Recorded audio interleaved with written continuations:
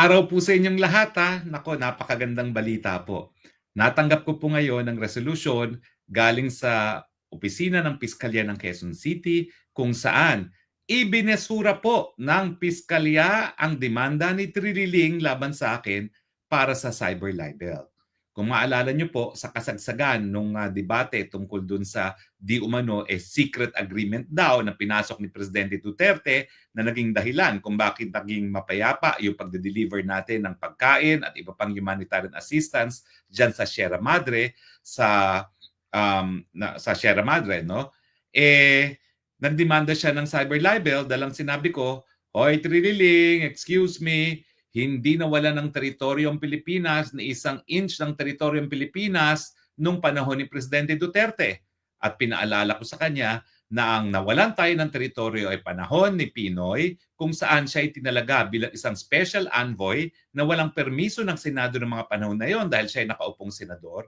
At dahil nga doon sa maraming mga pagmi-meeting niya na hindi naman natin alam kung anong pinag-usapan nila, talagang walang nakakaalam kung hindi siya lamang at saka yung ating dating ambassador to China na si Ambassador Brady na nagsumite ng Brady Notes kay dating Senate President JPE, yan yung mga meetings na naging dahilan, no? Siguro kung paano nga nawala sa atin ang Scarborough Shoal. Alam nyo hanggang ngayon, denial king itong si Trililing na hindi raw nawala sa atin ang Scarborough Shoal. Pero kung babasahin nyo ang lahat ng mga nakasulat ngayon tungkol sa Scarborough Shoal, sinasabi talaga na nawala ang possession ng Pilipinas sa Scarborough Shoal nung panahon ni Pinoy. So hanggang ngayon po, hindi binibigyang linaw ni Trililing kung ano ba talaga ang naging kasunduan.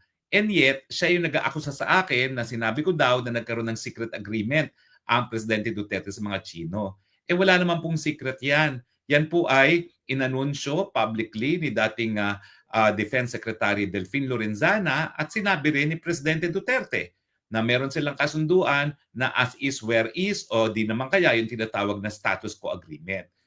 Walang gagalaw, in other words, para merong kapayapaan. Hindi tayo gagalaw para ayusin, pero at the same time, hindi gagalaw ang mga Chino para hadlangan yung pag-deliver ng pagkain, tubig at iba pang humanitarian assistance sa ating mga kasundaluhan sa Sierra Madre. Now, ang punto niya, siniraan ko daw siya nung sinabi ko na unang-una na nawalan tayo ng teritoryo matapos siya maging na talaga na special envoy to China. Di ba totoo naman po, talaga naman pong yung desisyon ng China na kunin sa atin ang posisyon ay matapos na tinalaga siya ng Presidente Aquino bilang special envoy to China. At ang problema po wala pong pananagutan. Kasi nga unang-una, hindi siya nagpaalam sa Senado na gagawin niya yung katungkulan na yan. Labag po yan sa separation of powers kasi ang mga senador ay legislative. Ang larangan naman ng foreign affairs ay executive. So dapat talaga yan, humingi siya ng permiso sa Senado mismo, no? Kung hindi kay dating Senate President sa plenaryo na siya ay tatayong bilang isang special envoy. Kasi yan po ay isang prohibited position sa ating saligang batas. Kasi ang mga senador hindi dapat tumatanggap ng kahit ano pang ibang posisyon sa gobyerno bukod dun sa pagiging senador, no? Pero tumanggap siya. At talaga naman po hindi makakaila na secret talaga yung mga nangyari sa mga negosasyon. Hindi ko po alam kung ilang beses siya nagbalik-balik, pero mahigit 20 po na nagbalik-balik siya sa China at hanggang ngayon, napakatagal ng panahon na nakalipas, hindi pa niya isinasa publiko kung ano talaga naging kasunduan nila ng China. Basta ang alam lang natin, matapos yung napakadaming pagmi-meeting niya, nawala ang Scarborough sa atin. Kaya nga, ang sinasabi ko, huwag kayong magtututuro na si Presidente Duterte di umano ang namigay ng teritoryo dahil ang katotohanan niyan, it was during the time of President Aquino na nawala sa atin ang Scarborough Shoal. At bagamat tayo po ngayon ay pinangingisda ng China, yan din po ay resulta dahil doon sa pag-uusap ni Presidente Duterte kay President Xi. Kaya hanggang ngayon po ay hindi naman po nagrereklamo ang mga mangingisda natin at nakakapaghanap buhay po sila dyan sa boro na tinatawag. Alam ko po yan kasi mga mangingisda dyan, nung panahon na pinagbawalan sila, nung panahon ni Aquino na mangisda dyan, sila po yung naging kliyente ko. Kilala ko silang personal kung sino sila. Hanggang ngayon po, meron akong 2 freezer na ang laman ay libreng isda dahil yung aking mga kliyente, mga mangingisda ng Scarborough, hanggang ngayon, nagbibigay po sila ng isda kapag sila po ay nakakahuli, no? At ang nakakatuwa nga po, hindi ako pumupunta ng Masinloc para kunin. Nagtotoka-toka sila para magbayad ng isang tao na dalhin sa bahay ko. At 2 freezer po ngayon ang meron ako sa aking bahay dahil nga po sa daming isda na binibigay sa akin ng aking mga kliyente na galing po sa Boro, no? At yan naman po ay bilang pagkilala nung panahon na sila po ay naiipit at nawalan ng trabaho, gumawa po tayo ng legal na remedyo laban sa China. No? Naghain tayo ng complaint dun sa UN Human Rights Committee na nagsasabi na pinagkakaitan sila ng China ng karapatan na magkaroon ng kabuhayan. At bagamat walang decision dyan sa naging kaso na yan, hindi naman natin makakaila na matapos masampay ang reklamong yan, pinayagan muli ng China na makapagnisda ang ating mga mangingisda. At nung nagkaroon nga po ng arbitration, ang sabi ng arbitral tribunal, lahat ng mga mangingisda ay may karapatang mangisda dyan dahil merong historic right to fishing. So lahat ng mangingisda, kay Pilipino, kay Chino, kay Vietnamese, ay po pwedeng mangisda dyan sa Boro. Dahilan na hanggang ngayon po ay naghahanap buhay ang ating mga kababayan dyan. Well, ako nga po sinasabi ko na sa mga Chino bakit pa ba kayo kailangan mangisda dyan? Ang gawin nyo na lang, pondohan ninyo ang isang modernong fast freezing facility at saka i-improve nyo yung port facility ng Masinloc para hayaan nyo ng Pilipino ang mangisda, hayaan nyo ng i-fast freeze ang mga isdang nahahanap dyan, nahuhuli, at i-export sa China. Dahil mayaman na naman mga Chino, hayaan na nila mga Pilipino lang ang mangisda dyan sa Scarborough. At sila kain na lang ng kain dahil meron naman silang pambayad, di ba? So, pero hindi po pwedeng mangyari ngayon yan dahil nga sinira na ng tuluyan ni Marcos Jr. ang ating relasyon sa China. At mukhang wala na pong pag-asa na ma-repair sa near future itong relasyon nito hanggang nakaupo po ang Marcos Jr. Dahil ginagamit ng Marcos Jr. ang China ngayon para takutin ng mga Amerika na kapag hindi sumaklolo ang Amerika sa Pilipinas laban sa China, hindi nila magagamit ang ating bansa bilang unsinkable warship laban sa China. No? Well, tingnan natin kung ano pong mangyayari dyan dahil bagamat umiinit na naman ang relasyon ng China at ng Amerika, ang katotohanan po, paulit-ulit sinasabi ni Junior, na hindi pala ni Junior, paulit-ulit sinasabi ni President Trump na hindi siya interesado na makipaggera kahit kanino at ngayon nga po pine-pressure niya itong si Zelensky na tapusin na yung gera sa Russia. Samantalang noong mga unang panahon, ang mga Amerikano nagsasabi, sagot ka namin Ukraine, lumaban ka. Ngayon ayaw na ni Trump dahil alam niya na ang nagbabayad ng gera ay mga Amerikano. So sa tingin ko rin po, hindi papayag si President Trump na kapag nagkagera dahil nga sa Taiwan, ang Amerika magbabayad. Kaya nga po, bigo si Marcos Jr. ngayon na umasa sa kanyang pag-asa na kahit gaano pa siyang kapalpak bilang isang presidente, susuportahan siya ng mga Amerikano. Dahil unang-una, alam naman natin lahat, si President Trump po ay mabuti at matalik na kaibigan ni Presidente Duterte. Hindi ko nga po alam kung kailan gagalaw itong si President Trump na yung kanyang kaibigan pinakulong ng ICC na talaga namang galit na galit si Trump dyan. Dahil ang sabi niya, paparusahan ko, isa-sanction ko lahat ng kahit sinong makipagtulungan sa ICC laban sa ating mga kaalyado at kasama naman sa kanilang mga alyado ay ang Pilipinas. Hindi lang dahil tayo kanilang treaty ally, kundi dahil na rin sa malapit na pagkakaibigan ni President Trump at ni President Duterte. Para nga po silang twin brothers, no? Parehong politika, parehong merong war on drugs. Believe si President Trump sa war on drugs ni President Duterte. No? So sa tingin ko po, yung personal na relasyon na yan ay isang hadlang dun sa inaasahan ni Marcos Jr. na magagamit niya ang China bilang dahilan para suportahan siya ng mga Amerikano kahit gaano pa siyang kapalpak. So abangan natin ang susunod na kabanata dyan dahil tingin ko naman hindi maaatim ni President Trump na manahimik habang ang ating Tatay Digong ay nakakulong sa dahig na sinasabi ni Trump dapat talagang mabuwag na dahil ang ICC hindi lang ginagamit para sa politika at yan po ay ginamit laban sa Pilipinas para patunayan na hindi lang mga Afrikanong hinahabol ng ICC, kung hindi, ginagamit yan laban sa Amerika mismo at kanyang mga alyado at alam naman natin na bagamat maraming maanghang na salita ang ating presidente tungkol sa mga Amerikano, pagdating naman sa personal na relasyon, walang kaduda-duda ang relasyon nilang dalawa ni President Trump. So anyway, maraming salamat po sa mga piskal sa kanilang ginawang pag-dismiss sa kaso ni Trillanes. na-dismiss po yung kaso kasi yung isang elemento ng libel ay hindi napatunayan ni Trililing. Ito po yung requirement na publication. Ang sinabi niya kasi sa kanyang complaint affidavit, napagbigay alam lang sa kanya ng isang staff niya yung aking broadcast ng Spokes Hour kung saan tinawag kong pansin niya na hindi talagang nawala ng kahit anong teritoryo ng Pilipinas sa panahon ni Presidente Duterte. Pero sabi ng piskal, nasa ng pruweba, wala namang sinumpaang sanay-say yung staff mo. Tapos, hindi rin siya gumawa ng kahit anong ebidensya, nagsumite ng ebidensya na may nakapanood sa Spokes Hour na episode na yon at naniwala na nasiraan ang pagkatao ni Trililing. Paano mo naman masisiraan ng tao na talaga namang negative na ang approval at trust rating? Makikita niyo po yan sa resulta ng eleksyon sa Caloocan. Ang Caloocan po, naku, ewan ko kung aabot sa milyon ang kanyang botante, no? Pero wala pa po sigurong 20,000 na magiging boto dyan ni Trilig. Baka nga mga 10,000 lang ang makukuha niya. No? So paano mo sisirain ang pagkatao ng Trililing na sira na sa mata ng napakadaming tao? Pansinin niyo po yan.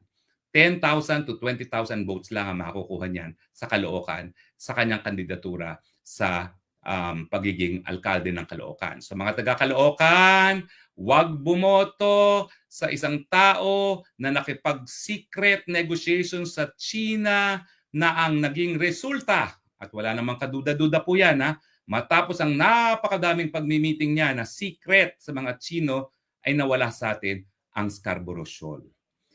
Now, ang hindi po in-address ng mga prosecutor ay yung sinasabi ko na sakop ng protected speech yung aking sinasabi. Unang-una, hindi naman ako nagsabi na nawala ang Scarborough Shoal dahil sa paghihimasok ni Trillanes. Yan naman po ay sinabi mismo ni Juan Ponce Enrile nung siya ay Senate President.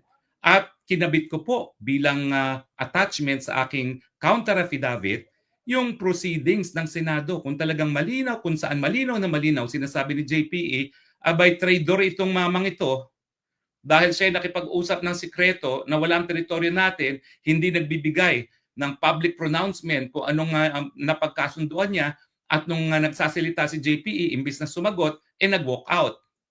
Kung wala siya itatago, ba't hindi siya sumagot sa plenaryo ng Senado? Kaya nga ang mga senador binibigyan ng immunity laban sa libel para maging ang balitaktakan dyan ay maging buhay, no? At malaman natin kung anong katotohanan. Pero pinili niya na manahimik imbis na i-deny yung sinasabi ni JPE na nawala ang Scarborough dahil sa kanyang mga secret negotiations, at hanggang ngayon hindi pa niya sinisiwalat kung ano talaga ang napagkasunduan niya sa bansang China. Sa akin po, malinaw na ang desisyon ng Korte Suprema. Kung ang subject matter ng mga sinabi ko ay may kinalaman sa interes ng publiko, kinakailangan niya na ipag-usapan. So pag-usapan po natin, ano ang mga pinagkasunduan ni Trillanes doon sa kanyang mga secret negotiations. Siyempre po, ang secret negotiations magkakaroon ng secret agreement. So siya po ang pumasok sa secret agreement, hindi ang dating Presidente Duterte, dahil yan naman pong mga agreement on status quo ay isiniwalat sa publiko ng ating Presidente Duterte at ni minsan hindi po sinikreto. In fact, ang unang-unang pagkakataon narinig ko yung agreement na yan, kongresista pa po ako doon po sa hearing ng Committee on Appropriations kung saan humarap si dating Defense Secretary Del Lorenzana at sinabi na may ganyan ngang kasunduan, status quo agreement na walang galawan, no, nang magkaroon ng kapayapaan, lalong-lalo na dyan sa area ng Ayungin. No? Bagamat hindi po yan napagdesisyonan ng mga piskal, sapat na po na mayroong isang elemento na kulang doon sa reklamo ni Trillanes. At ang nagkulang ng elemento ay yung elemento ng publication. Pero sana nga po magkaroon din ng pronouncement tungkol doon sa pananagutan ni Trillanes bilang isang public officer na meron siyang obligasyon na isiwalat yung mga secret negotiations at secret agreements kung ano man nito na kanyang ipinasok with the Chinese authorities. Dahil may pakialam po tayo yan, dahil yan po itungkol sa ating teritoryo na pilit na binabaluktot ni Marcos Jr. at sinasabi na ang Presidente Duterte raw ang dahilan kung bakit tayo nawalan ng teritoryo na wala pong basihan. Dahil alam naman po nating lahat na wala ang Scarborough sa panahon ni Presidente Aquino na nagtalaga kay Trililing bilang isang special envoy at nawala naman pong mischief free sa panahon ni FDR. Napag-usapan din po natin abay, itong si Trililing humarap sa kanyang partido na Lakas, NUCD, at humiling na kinakailangan tulungan ng matindi ang alyansa. Naku, mantakin ninyo Ang alyansa ay binubuo ng isang koalisyon kasama ang lahat ng mga pinakamalalaking partido ng Pilipinas, ang Lakas, NUCD, Nasyonalista, NUP, at saka ang ano ba yung partido ni Danding Coangco, NPC. So ano pa bang kailangan nila? Midterm elections, hawak nila ang administrasyon, hawak nila ang lahat ng ayuda, and yet desperado na nakiusap ang tambaluslos na kinakailangan suportahan ng Partido Lakas ang alyansa ni Marcos Jr. Well, itong ganitong desperadong pakiusap na kinakailangan tulungan ng alyansa, miski ito po ay midterms election at nakaupo ang Marcos Jr. ay nagpapatunay na talaga namang pong nakaapekto sa mga kandidato ng alyansa ang pagtataksil na ginawa ng administrasyon ni Marcos Jr. kay dating Presidente Rodrigo Roa Duterte. At ang katunayan po nito, yung negative 28 at negative 29 na trust and approval rating ng ating Marcos Jr., no? Negative 28 at 29 yan po ay parang imposibleng makamit, pero nakamit po yan ni Marcos Jr. It is the worst record of approval and mistrust of any president. Naintindihan niyo ba ibig sabihin ninyon? Talagang pinakasusuklaman na presidente ang Marcos Jr.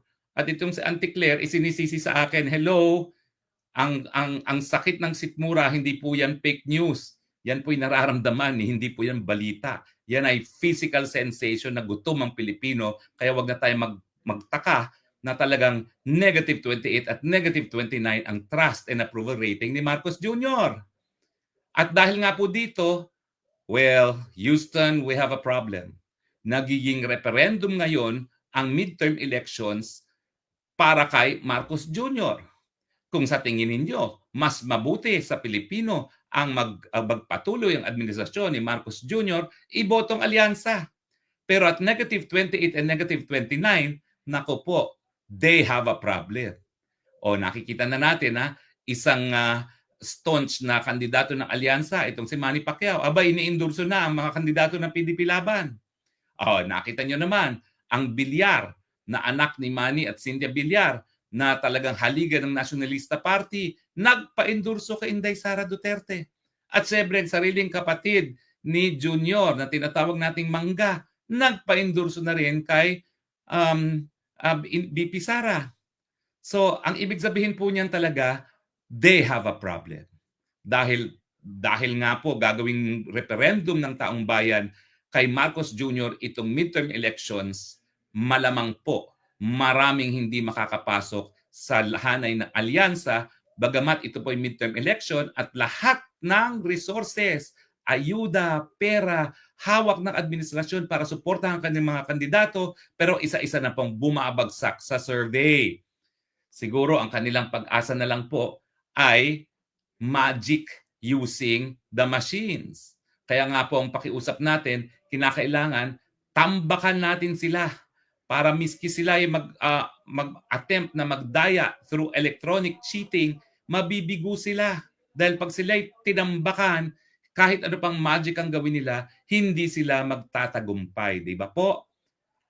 So yung ganyang tono na talagang desperado na humihingi ng tulong para sa alyansa ni Tambi, patunay po na talagang nadisgusto na ang taong bayan kay Marcos Jr., hindi lang dahil sa kagutuman, hindi lang dahil sa kataasan ng presyo ng bilihin, hindi lang sa kakulangan ng trabaho, hindi lang dahil sa mababang sweldo, hindi lang dahil hindi niya sinasagot ang mga akusasyon na siya ay bangag, kung hindi, pinagtraidoran niya, hindi lang po ang Presidente Duterte na nagpalibing sa kanyang ama na hindi ginawa ng kahit sino pang ibang presidente, kung hindi, pinagtaksilan niya ang sambayanang Pilipino. Dahil nang sinurrender niya ang Pilipino para husgahan ng dayuhan, yan po ay paglabag sa ating soberenya, sa ating jurisdiksyon, sa ating karapatan bilang isang malayang sambayanan. Kaya wag na po tayong magtaka. Desperado po talaga sila. Pero ako naman po, ang pakiusap ko ha, Duterte. Wag na po tayong bumoto ng iba. At para sa party list, Gabay Party List 139. Ito naman po ang party list na magpapatupad ng tama ng universal healthcare na isinulong ko po yan, batas ko po yan. Kaya sinusuportahan kong Gabay dahil ang pangako ng Gabay talagang sisiguraduhin nila na hindi na mauulit ang pagnanakaw nila ng pondo sa PhilHealth at sisiguraduhin ng Gabay na ang pondo para sa universal healthcare gagastusin lang sa Pilipino para hindi na mamatay ang mga Pilipino dahil sa pagiging mahirap lamang. Ang Gabay Party List din na magsusulong na palalawakin pa yung batas na naisulong ko na libreng tanghalian sa mga nagugutom na mga kabataan. No? Gagawin na po yung libreng tanghalian para sa lahat ng kabataan natin sa elementary at high school. Natatawa na lang po ako dahil ang dalawang kandidato for the Senate sinasabi sila daw ang magpapasa ng ganyang panukalang batas. Naipasa ko na po yan ng 17th Congress. Mantakin nyo, 1 year and a half lang ako sa Kongreso, naipasa ko yan. Ang pangako ng Gabay, palalawakin. Kaya lang naman po, ang libreng tanghalian ay para lamang sa mga kulang na timbang na kabataan kasi noong mga panahon na yon, hindi daw sapat ang pera. Pero nalalaman pa naman natin, kung nagagastos nila sa ayuda ang pera natin, ba't hindi pa gastusin para sa libre at masustansyang tanghalian sa lahat ng ating mga kabataan? At bagamat naisulong ko na rin po yung libreng irigasyon sa mga maliliit na mga magsasaka, ang problema po, 50% lang ng ating mga kabukiran ang merong patubig. Ang pangako po ng Gabay ay gagawing 100% fully irrigated nang sa ganun po makinabang ang mga maliliit na mga magsasaka. At kapag tayo po ay nagbigay ng suporta sa ating mga magsasaka, mapapababa natin ang presyo ng pagkain at mapapababa po natin ang inflation o yung mabilis na pagtaas ng presyo ng bilihin. Para po sa problema ng korupsyon, ang Gabay Party List po magsusulong ng freedom of information nang hindi na po nila maitatago ang mga katotohanan at saka Whistleblower Act kasi kinakailangan pong bigyan ng proteksyon na magsisiwalat ng mga kabalustugan sa gobyerno. Gabay Party List 139. Maraming salamat po sa inyong patuloy na pagtangkilik At hanggang sa muli nating pagkikita, ito po ang inyong spokes ng bayan nagsasabi, I love you Philippines. You're the only country that I love. You're the only country that I have.